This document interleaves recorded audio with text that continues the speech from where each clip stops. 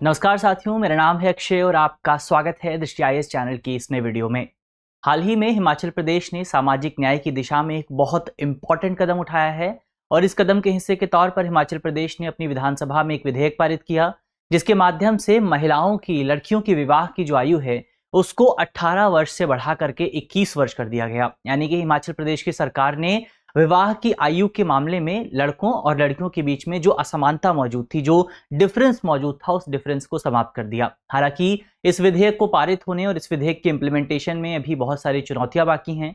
तो हम बात करेंगे कि आखिर ये विधेयक पारित क्यों हुआ है, विधेयक में क्या प्रोविजंस हैं और इसके साथ साथ इस विधेयक को पारित करने में हिमाचल प्रदेश की सरकार के सामने क्या चैलेंजेस आ सकते हैं।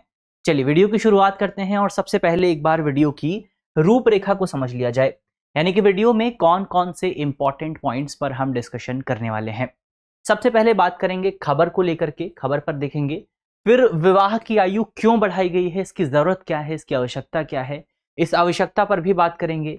क्या क्या बदलाव यहाँ पर आपको देखने को मिले हैं, क्या प्रोविजंस आए हैं, फिर इन बदलावों के अस्तित्व में आने में क्या क्या चैलेंजेस हैं, कैसे एग्जिस्ट करेंगे ये प्रोविजंस, उन पर भी हम बात करेंगे।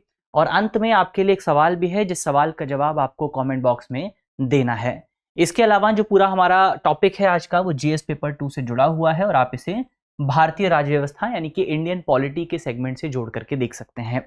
चलिए इसी नोट के साथ वीडियो की शुरुआत करते हैं। एक बार देख लेते हैं कि हमारी खबर क्या है।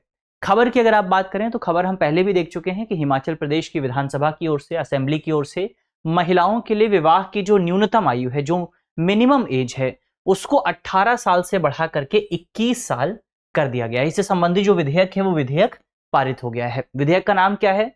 इसका नाम है बाल विवाह निषेध हिमाचल प्रदेश संशोधन विधेयक 2024। ये जो विधेयक है ये ध्वनि मत से पारित हुआ है। इसका मतलब कोई यहाँ पर वोटिंग खासतौर पर देखने को नहीं मिली। जितने भी मेंबर जो है सदन में मौजूद थे वो सभी मेंबर इस विधेयक के पक्ष में थे, तो ध्वनि मत से विधेयक जो है पारित हो गया। इसके अलावा ये जो विधेयक है, इस विधेयक के माध्यम से हिमाचल प्रदेश की सरकार बाल विवाह निषेध अधिनियम यानी कि prevention of child marriage act में जो है बदलाव करना चाहती है, जिस एक्ट को भारतीय संसद की ओर से 2006 में पारित किया गया था। और इसी एक्ट में यह प्रोविजन है कि महिलाओं के लिए जो विवाह की न्यूनतम आयु है वो 18 वर्ष होगी और पुरुषों के लिए जो विवाह की न्यूनतम आयु है वो 21 वर्ष होगी। ये प्रोविजन आपको कहां मिलेगा? ये प्रोविजन मिलेगा आपको prevention of child marriage act 2006 में। तो ये ओवरऑल हमने यहां पर बात की पूरी खबर के बारे में। अब यहां पर कुछ इंपॉर्टेंट पॉइंट हैं कि विवाह की आयु बढ़ाने की जरूरत क्या है, उस जरूरत पर बात करते हैं। क्यों बढ़ाई गई है उसको अगर आप देखें तो हिमाचल प्रदेश की सरकार की ओर से जब ये विधेयक संसद सदन में पेश किया जा रहा था तो वहां पर जो उन्होंने तर्क दिया वो तर्क ये दिया गया कि महिलाओं को समानता, ये जो पूरा विधेयक है, इस विधेयक के माध्यम से महिलाओं को समानता और व्यापक अवसर सुनिश्चित किए जा सकेंगे। उनको जो है बहुत ज्यादा अपॉर्चुनिटीज मिल सकेंगी अगर उनकी न्यूनतम आयु को बढ़ाया जाता है। वहां पर उन्होंने कहा कि भारत में अभी भी कुछ बालिकाएं ऐसी हैं जिनका जो विवाह है वो काफी ज्यादा कम उम्र में हो जाता है, जिसकी वजह से उनकी शिक्षा और उनके जीवन में आगे बढ़ने की जो संभावना है वो संभावना भी समाप्त हो जाती है। विधेयक में यह कहा गया कि कई महिलाएं ऐसी हैं जिनकी कम उम्र में शादी होती है और कम उम्र में शादी होने की वजह से करियर में वो बहुत ज्यादा पिछड़ जाती हैं और करियर में सफलता हासिल करना उनके लिए बहुत बड़ी चुनौती हो जाती है। तो ऐसे में अगर महिलाओं के विवाह की जो न्यूनतम आयु है उसको 18 वर्ष से बढ़ा करके थोड़ा ज्यादा किया जाता है, महिला या पुरुषों के बराबर लाया जाता है 21 वर्ष, तो इसकी वजह से न केवल महिलाओं को उनके करियर में लाभ मिलेगा, उनका जो पूरा भविष्य है उसमें उनको फायदा मिलेगा, बल्कि इसकी वजह से महिलाओं का जो शारीरिक विकास है उस विकास को भी सुनिश्चित किया जा सकेगा।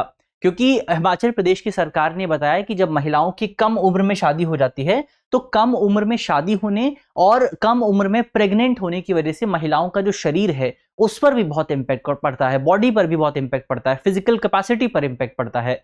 तो इससे न केवल फ्यूचर में उनको मदद मिलेगी, उनके करियर में मदद मिलेगी, बल्कि उनकी जो शारीरिक स्थिति है, उनका जो पूरी जो नुकसान उनको होता है इस तरह की शादी की वजह से, उस नुकसान से भी उनको बचाया जा सकेगा। तो ये ओवरऑल हमने तर्क की बात की कि यहां पर बढ़ाए जाने की क्या जरूरत है। अब बदलाव हुए क्या क्या हैं एक बार उनको अगर आप देखें तो सबसे पहले हम ये जो बदलाव हुए हैं इन बदलावों को कंपेयर करेंगे दूसरे वाले एक्ट से, यानी कि 2006 वाला जो कानून है उस कानून से हम कंपेयर करते हुए चलेंगे। सबसे पहले आप देखें prevention of child marriage act 2006 का एक प्रोविजन है, वो है आपका सेक्शन 2 सब क्लॉज ए। तो सेक्शन 2 सब क्लॉज ए जो है वहां पर चाइल्ड की डेफिनेशन दी गई है। यह बताया गया है कि बच्चा होगा कौन। तो अगर आप उस 2006 के कानून की चाइल्ड की डेफिनेशन देखें तो वहां पर लिखा हुआ है बच्चे आप किसी ऐसे व्यक्ति को कहेंगे, कोई ऐसा व्यक्ति जो यदि पुरुष है तो उसने 21 वर्ष की आयु पूरी नहीं की है, और यदि महिला है तो उसने 18 वर्ष की आयु पूरी नहीं की है। यानी कि इस कानून के मुताबिक पुरुषों और महिलाओं को अलग अलग तरीके से डिफाइन किया गया है। लेकिन हिमाचल प्रदेश की सरकार ने इस परिभाषा में बदलाव किया है और यहां पर पुरुषों और महिलाओं के बीच में जो आपको भेदभाव मिलेगा 18 और 21 साल का, उस भेदभाव को समाप्त कर दिया गया है। यहां पर साफ तौर पर लिखा हुआ है, यहां पर बच्चों की जो डेफिनेशन है हिमाचल प्रदेश के कानून में, वहां पर ये लिखा हुआ है बच्चा आप किसी ऐसे व्यक्ति को मानेंगे, ऐसा पुरुष या महिला जो कि बेसिकली 21 वर्ष की आयु से नीचे है या जिसने 21 वर्ष की आयु को पूरा नहीं किया है। यानी कि यहां पर मेल और फीमेल में समानता स्थापित की गई है, जबकि 2006 वाला जो कानून है केंद्र सरकार का वो मेल और फीमेल में समानता स्थापित नहीं करता है। दोनों के लिए विवाह की न्यूनतम आयु को अलग अलग आधार पर डिसाइड किया गया है। दूसरा जो बदलाव है वो बेसिकली आपका prevention of child marriage act के सेक्शन 2 सब क्लॉज बी में आपको देखने को मिलेगा, जो कि बेसिकली आपका बाल विवाह को परिभाषित करता है, यानी कि चाइल्ड मैरिज को डिफाइन करता है। अब कानून में अगर आप देखें तो कानून में वहां पर लिखा हुआ है कि ऐसा विवाह जिसके लिए अनुबंध करने वाले जो दो पक्ष हैं, यानी कि जो लड़का है और जो लड़की है, वो दोनों आपका बच्चे हैं अगर चाइल्ड है। और चाइल्ड की डेफिनेशन क्या है? चाइल्ड की डेफिनेशन 2006 वाले कानून के तहत ये है 18 और 21। तो अगर कोई जो पक्ष है, दोनों पक्ष में से कोई भी 18 और 21 से नीचे है, अगर पुरुषों की बात है तो 21 से नीचे है और महिलाओं की बात है तो 18 से नीचे है, तो ऐसे विवाह को चाइल्ड मैरिज के तौर पर डिफाइन किया गया है। इसके अलावा यहां पर जो है सरकार ने इस पूरे विधेयक को, ये वाला जो सेक्शन है वो ऐसे ही बना हुआ है, सब सेक्शन आपका सेक्शन 2 सब क्लॉज बी जो है वो ऐसे ही बना हुआ है, लेकिन यहां पर सरकार ने एक नया खंड ऐड किया, एक नया सब क्लॉज ऐड किया है।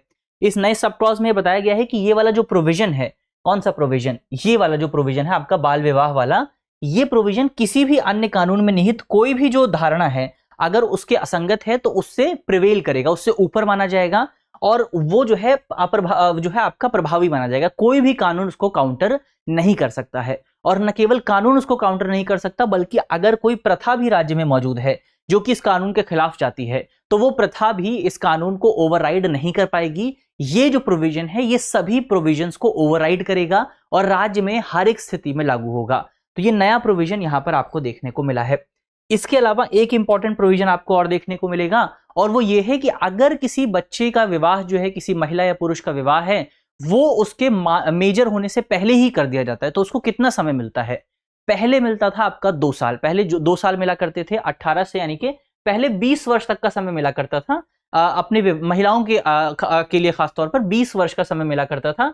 जब वो 20 वर्ष के अंतर्गत अगर 2 साल के भीतर, यानी कि 18 वर्ष से 2 साल आप ऐड कर दीजिए तो 20 साल हो जाता है, तो 20 साल के होने तक अगर वो जो है एप्लीकेशन दायर करती थी तो उनका विवाह नल एंड वॉइड हो जाता था। लेकिन अब सरकार ने इस 2 साल के पीरियड को बढ़ा करके 5 साल कर दिया है, यानी कि अब महिलाएं जो हैं वो 20 साल नहीं बल्कि 23 साल के पीरियड तक, 23 साल का जो समय है तब तक अपने विवाह को नल एंड वॉइड डिक्लेयर कर सकती हैं। तो ये भी एक इंपॉर्टेंट प्रोविजन आपको मिला है कि नल एंड वॉइड डिक्लेयर करने की जो टाइम पीरियड है उसको 2 साल से बढ़ा करके 5 साल कर दिया गया है।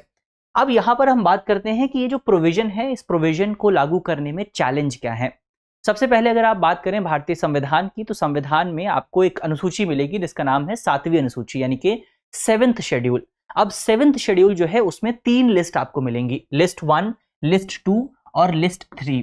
अब इसमें जो लिस्ट 1 है वो आपका यूनियन लिस्ट है, यानी कि इसमें जो टॉपिक्स हैं उस पर केंद्र सरकार कानून बना सकती है। लिस्ट 2 जो है वो आपकी स्टेट लिस्ट है, इसमें जो प्रोविजन है उस पर राज्य सरकार कानून बना सकती है।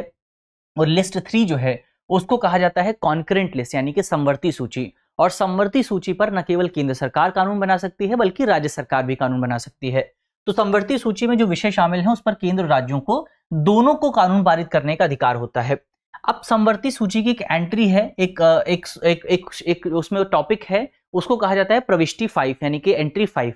अब एंट्री 5 में विवाह, तलाक, शिशु और नाबालिग, इससे जुड़े तमाम मामले शामिल हैं। खासतौर पर अगर आप एंट्री 5 को देखेंगे तो कॉन्करेंट लिस्ट की एंट्री 5 बेसिकली उन टॉपिक्स को शामिल करती है जो कि भारत के आजाद होने से पहले, संविधान के लागू होने से पहले पर्सनल कानूनों के तहत गवर्न होते थे।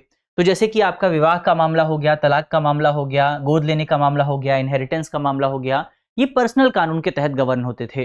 तो इनको कॉन्करेंट लिस्ट की एंट्री 5 में शामिल किया गया है। अब कॉन्करेंट लिस्ट की एंट्री 5 में आपको जो है बाल विवाह का टॉपिक भी मिलेगा।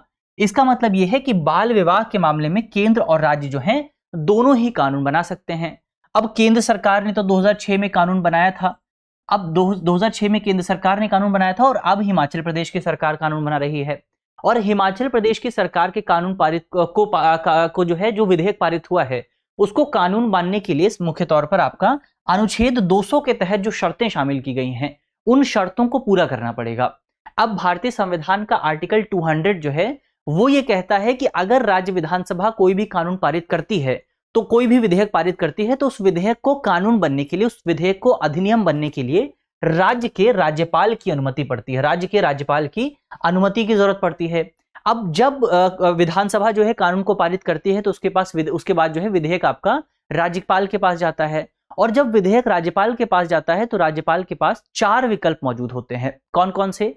सबसे पहला यह है कि राज्यपाल उस विधेयक पर अपनी मंजूरी दे सकते हैं। दूसरा विकल्प यह है कि राज्यपाल अपनी मंजूरी को विथहोल्ड कर सकते हैं, रोक सकते हैं। तीसरा विकल्प यह है कि राज्यपाल अपनी मंजूरी ना दे करके विधेयक को वापस रिकंसिडरेशन के लिए, यानी कि पुनर्विचार के लिए भेज सकते हैं। और चौथा विकल्प यह है कि जो कि भारतीय संविधान के आर्टिकल 201 से आता है, 201 से आता है, वहां पर यह कहा गया है कि राज्यपाल यदि चाहें तो किसी भी विधेयक को राष्ट्रपति के कंसिडरेशन के लिए आरक्षित कर सकते हैं, रिजर्व कर सकते हैं। ये लेकिन जो ये वाला प्रोविजन है आर्टिकल 200 वाला, ये सामान्य कानून के मामले में लागू होता है। इस कानून के मामले में जो कि हिमाचल प्रदेश की सरकार ने पारित किया है, ये प्रोविजन लागू नहीं होगा। क्यों नहीं होगा? ये प्रोविजन लागू इस वजह से नहीं होगा क्योंकि बेसिकली आपका हिमाचल प्रदेश का जो कानून है, वो साल 2006 में संसद ने जो कानून पारित किया था, उस कानून के विरोध में जाता है। और भारतीय संविधान का अनुच्छेद 254(1) ये कहता है कि बेसिकली आपका यदि राज्य का कोई भी कानून जो कि समवर्ती सूची के किसी टॉपिक पर बनाया गया है, वो कानून केंद्र सरकार के कानून के विरोध में है, केंद्र सरकार के कानून के से असंगत है, तो वो कानून आपका समाप्त हो जाएगा, वो कानून नल एंड वॉइड हो जाएगा। ये प्रोविजन किया गया है भारतीय संविधान के अनुच्छेद 254(1) में। लेकिन यहां पर आपको डरने की जरूरत नहीं है। यहां पर एक एक्सेप्शन भी है, एक अपवाद भी है। वो अपवाद दिया गया है भारतीय संविधान के अनुच्छेद 254 सब क्लॉज 2 में। क्या कहा गया है यहां पर? तो यहां पर यह कहा गया है कि अगर कोई विधेयक जो है वो संसद द्वारा बनाए गए पहले के किसी कानून के खिलाफ जाता है, उसके असंगत होता है, तो ऐसे मामले में बेसिकली आपका जो विधेयक है वो राष्ट्रपति के विचार के लिए आरक्षित रखा जा सकता है, रिजर्व रखा जा सकता है। और फिर वो अधिनियम केवल तब बनेगा जब राष्ट्रपति संविधान के अनुच्छेद 201 के अनुसार जो प्रक्रिया दी गई है, उस प्रक्रिया के तहत उस पूरे विधेयक पर विचार करती हैं और उस पर अपनी सहमति देती हैं। यानी कि संक्षेप में आप ये कह सकते हैं कि अगर कोई कानून जो है वो कॉन्करेंट लिस्ट में आता है और वो उस कानून पर पहले से संसद कोई कानून बना चुकी है, उस टॉपिक पर पहले से संसद कोई कानून बना चुकी है, तो वो राज्य का कानून केवल तब लागू होगा जब राष्ट्रपति उस कानून को अपनी मंजूरी प्रदान करेंगी। तो अब क्या होगा हिमाचल प्रदेश के मामले में? अब हिमाचल प्रदेश के मामले में बेसिकली ये जो पूरा विधेयक है, ये विधेयक राज्य के जो राज्यपाल हैं वो देश के राष्ट्रपति के पास भेजेंगे और राष्ट्रपति उस पर विचार करेंगी। उस पर विचार करने के बाद उस पर अपना डिसीजन लिया जाएगा। अगर राष्ट्रपति उस विधेयक को अपनी मंजूरी दे देती हैं, तो फिर ये जो 18 से 21 वर्ष आयु की गई है, ये हिमाचल प्रदेश में लागू हो जाएगा। और अगर मंजूरी नहीं दी जाती है तो फिर ये विधेयक हिमाचल प्रदेश में लागू नहीं होगा। तो ये ओवरऑल हमने यहाँ पर समझा कि पूरा मामला क्या है और क्या क्या चैलेंजेस यहाँ पर आपको देखने को मिल सकते हैं। अब अंत में आपके लिए एक सवाल भी है, जिस सवाल पर हम चर्चा करेंगे। हमारा सवाल है कि निम्नलिखित में से कौन सा प्रोविजन जो है, कौन सा प्रावधान जो है, वो किसी राज्य विधानसभा द्वारा पारित विधेयक को राज्य के राज्यपाल की स्वीकृति की आवश्यकता से संबंधित है। हमारे ऑप्शन है, ऑप्शन ए अनुच्छेद 20, ऑप्शन बी अनुच्छेद 72, ऑप्शन सी अनुच्छेद 200 या फिर ऑप्शन डी अनुच्छेद 301। तो इसका सही जवाब क्या होगा वो जल्दी से आपको कमेंट बॉक्स में बताना है। और उम्मीद है कि इस वीडियो में हमने जितने इंपॉर्टेंट पॉइंट्स पर बात की है वो आपको समझ में आए होंगे। और अगर वीडियो अच्छी लगी है तो वीडियो को लाइक कीजिएगा, शेयर कीजिएगा अपने दोस्तों के साथ, और अगर आप चैनल पर नए हैं तो चैनल को सब्सक्राइब भी कर लीजिए। मिलते हैं आपसे अगली वीडियो में, तब तक के लिए अपना ख्याल रखिए, ध्यान रखिए, पढ़ते रहिए। धन्यवाद।